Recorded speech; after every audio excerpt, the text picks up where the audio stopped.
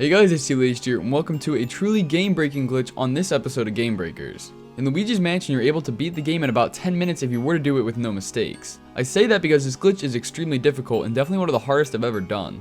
It uses a series of tricks and frame-perfect inputs to clip down into the basement while staying out of bounds. This allows us to walk right into the secret altar and fight King Boo, so let's get into it.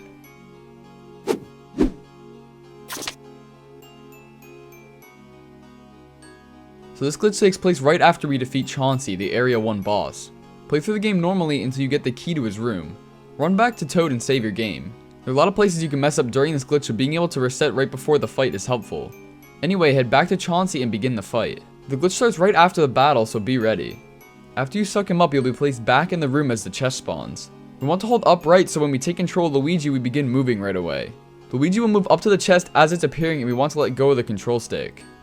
If you do this at the right time, we'll be in between the wall and the chest, so that's the first part of the glitch down. When exiting the fight, if you hold it down for too long, you'll pop out on the other side, or if you don't hold it for long enough, you won't even make it behind there. Both of these will result in a reset if you still want to do the glitch. Now that we're here, we can turn Luigi to face the dresser and pull the vacuum out. A large heart will pop out and restore 50 HP. This is optional, but I'd recommend it if you took any damage during the Chauncey battle. We'll be taking damage intentionally in a little bit, so just a heads up. Now we're ready to carry on, so we're going to clip into the wall. Face away from the screen and pull out your vacuum. Let go of the R button, and as Luigi is putting it away, tap forward on the control stick. Luigi should clip through the wall and end up floating in air above the laundry room. If you are still using the vacuum while moving up, Luigi will fall through and land on the ground. I also noticed that you can clip through the wall just by simply holding up and wiggling around a little, but it's inconsistent and can take some time. Either way, we're now on what's known as floor 1.5.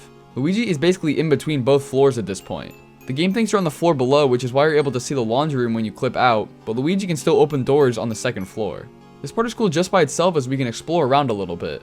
Going back to when you clipped out, press start and switch to sidestep mode. Hold right and you'll pass right into the hallway.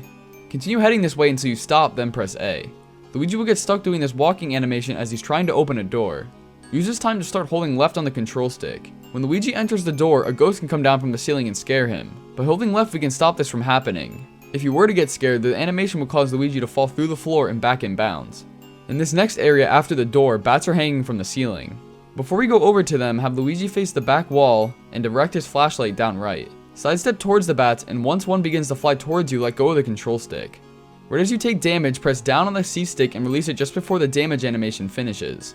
This should cause Luigi to tilt in a weird way, and we now have a skewed angle. If you don't get any result, you can reset the bats by walking to this pillar and pressing A. Luigi will open the door to the parlor, and upon returning to the hallway, the bats will respawn. This is where grabbing that heart comes in handy, because if your health drops below 30, you'll get a tired animation instead of Luigi's normal standing one. Thus, you cannot go any further. Once you have a skew like this, we're ready to continue. Walk over to the top right corner, avoiding the bat if there still is one, because it can mess up the skew if we take damage. Hold up right on the control stick while holding right on the C stick. Luigi's just been up and over a wall, so we can now walk down this hallway going back. There's another ghost that can scare Luigi in here, so be careful.